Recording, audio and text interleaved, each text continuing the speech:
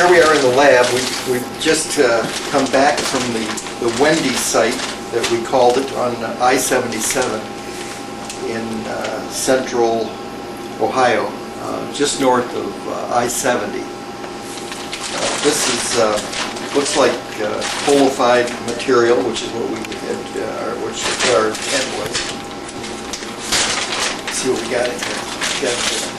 We got the bag properly marked Wendy site below the sand layer, and it's marked C73. So let's make sure that it's into the log, the workflow schedule log.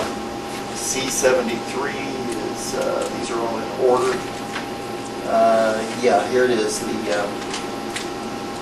Wendy site below the sandstorm. Let's take a look at this. This is, as we saw in the field, it looks like coal. It's highly stratified and it has layers. It's layer upon layer.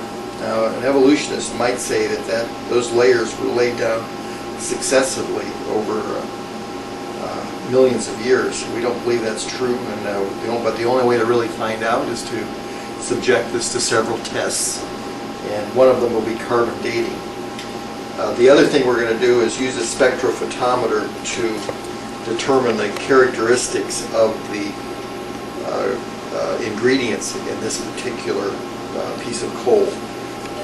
As you can see, we've got plenty of material. Let's go weigh it to find out exactly how much we have here. That'd be one of the first steps. We'll start out and find out how much of the sample do we have. So we'll go over to the balance and determine that.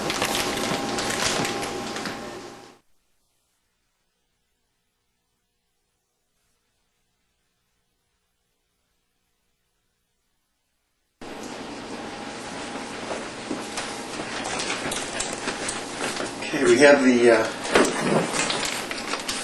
we're going to weigh the gross amount of the sample material.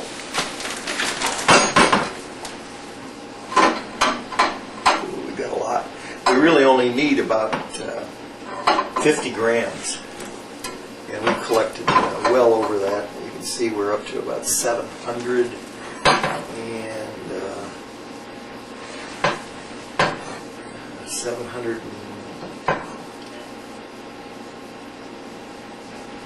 737 grams. So, okay. Now we're going to let's take some of this sample now and find something that's pretty reasonable. This looks like a nice. These are all very consistent in the material, so which means that there's not there doesn't appear to be two different types of material up here. It's all about the same thing. And so I want to make sure we can use a representative sample and not just some portion that doesn't represent the characteristics of all the other material in this bag. This looks like pretty good. Let's see what we've got as far as weight here. Again, I want to start with about 50 grams, and that will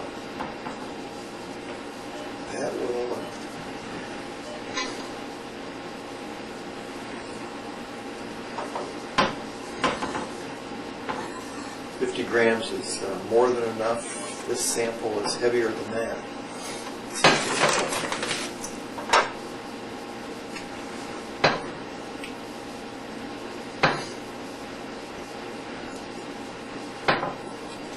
But I've got about 41 grams, which is still plenty, and that's what I'll start out with my gross sample weight. 41 grams gross sample. I mean, it's the starting sample weight.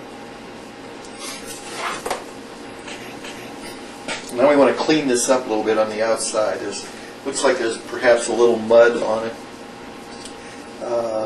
We'll just take a simple brush and water, rinse this thing off, and see if we can't get it down to just the qualified material that we're interested in. Okay, we've got a pretty good job of this. You can see now we're down to just a black material. See how it breaks apart real easily. Those cracks, again, groundwater can seep in, and there might be minerals like uranium as an example. In Ohio, in northern Ohio, there's a fair amount of uranium in the water. Now, that'll seep in, and that could throw our measurements off. But so we'll be able to remove those through some of these treatments that we have.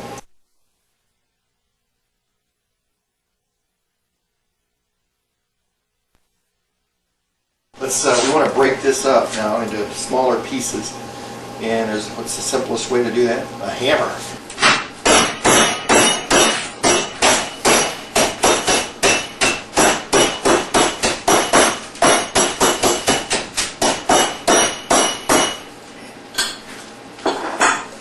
Okay, it's pretty well broken up now.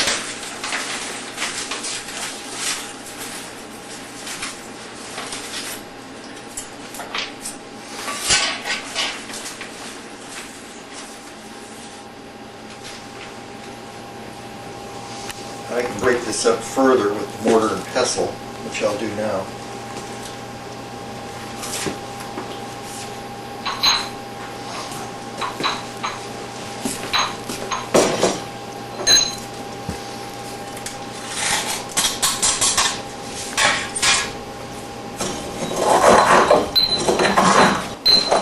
Now we started out with 41 grams, but really, again, we can just weigh this, find out what we're down to.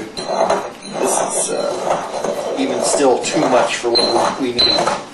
In order to make our final test, we've got to have at least 500 milligrams of, that's a half a gram, of the sample left. We don't want to go below that, but we can reduce the quantity right now of what we need here. Let's weigh out about 5 grams of this particular powder.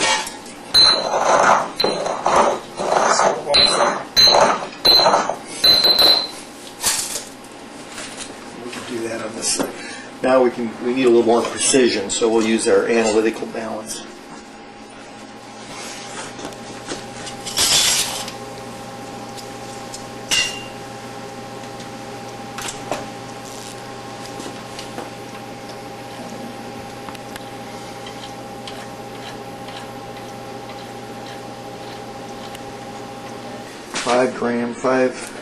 Five grams, 538.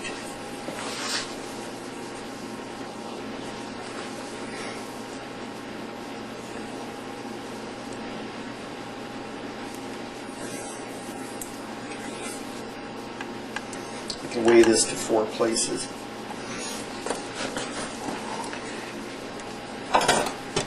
Get an idea what 5 grams is about a teaspoon. And you can see that that's about what that is. 5 grams of this material.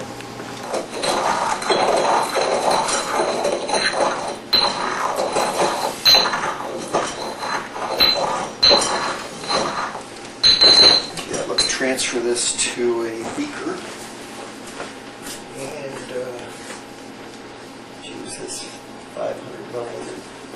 This is a 250 milliliter beaker. We need to mark this so we have here again. It's very important that we track this sample all the way to the end because it's going to be mingled with other samples. And